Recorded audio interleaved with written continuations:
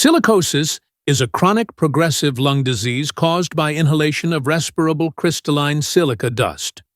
Crystalline silica is found in materials such as quartz, sand, granite, and sandstone.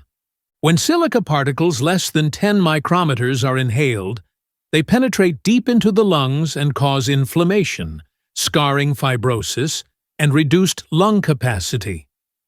Types of silicosis. Chronic silicosis develops after 10 to 20 years of low to moderate exposure. Accelerated silicosis develops within 5 to 10 years with higher exposures. Acute silicosis develops within months to 2 years due to very high exposure. Lungs become filled with proteinaceous material. Symptoms: shortness of breath, chronic cough, chest tightness, fatigue, and increased risk of tuberculosis, COPD, and lung cancer. Chemical safety and prevention. Silicosis is entirely preventable with proper chemical hygiene and industrial safety practices.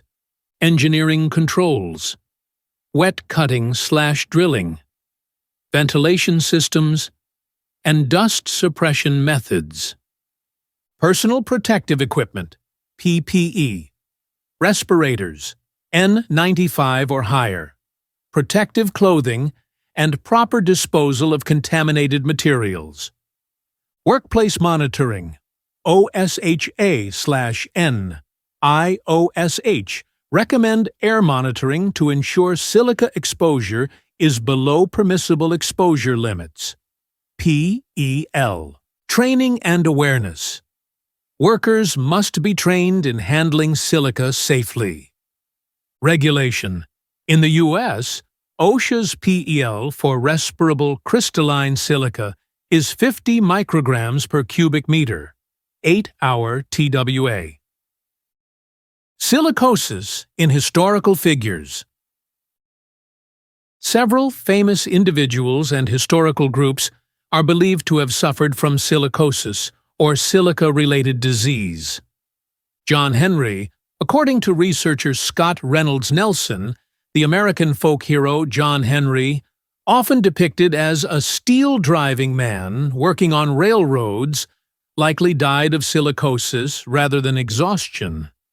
The constant hammering and drilling of rock for tunnels would have exposed workers to large amounts of silica dust. Bernardino Ramazzini, 1633 to 1714.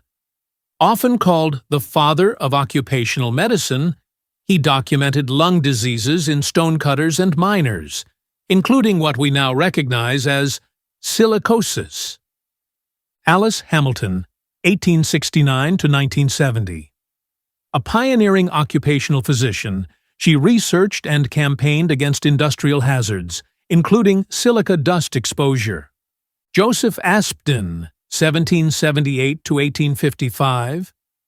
The inventor of Portland cement and other early cement workers are thought to have been exposed to silica dust, though documentation is limited.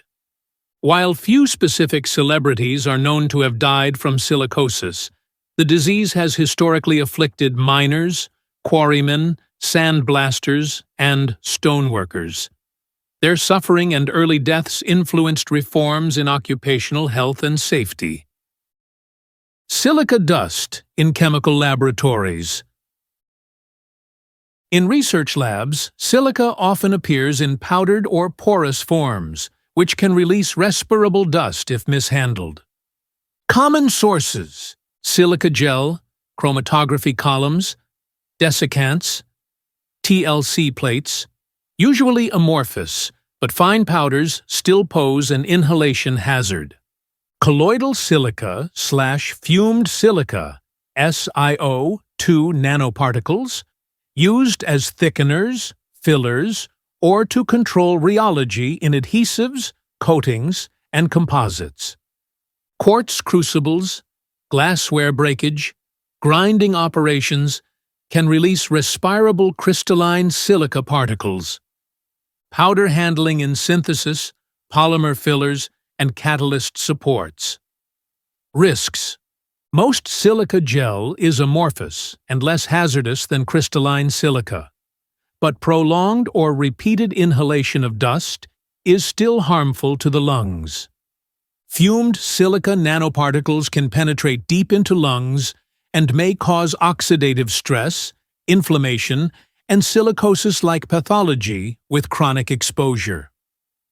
Cutting, grinding, or heating crystalline silica, e.g., quartz crucibles, can generate respirable dust. Lab safety practices. Always handle powdered silica inside a fume hood or glove box. Avoid dry sweeping spills. Use wet cleaning methods or HEPA vacuum. Wear N95 or higher respirator if exposure is possible. Store silica in sealed containers and label clearly. Silica dust in industry. Silica. Dust is a major occupational hazard across multiple industries. High-risk industries: mining, quarrying, and stone cutting, granite, sandstone, slate. Construction and demolition, cutting, drilling, grinding, sandblasting, concrete work. Foundries and glass manufacturing, ceramics and refractory production, cement and concrete manufacturing. Electronics and semiconductor industries, silica powders, polishing. Industrial controls, wet methods, wet cutting, spraying water to suppress dust. Local exhaust ventilation, LEV. Enclosed processes and automation. Substituting crystalline silica where possible, e.g., using alumina or olivine sand instead of silica in foundries. In labs, silica dust risk mainly comes from handling powders like silica gel and fumed silica. In industry, crystalline silica dust from cutting, grinding, or processing materials is the major concern. Both settings require dust suppression, ventilation, PPE, and training to prevent silicosis and related diseases.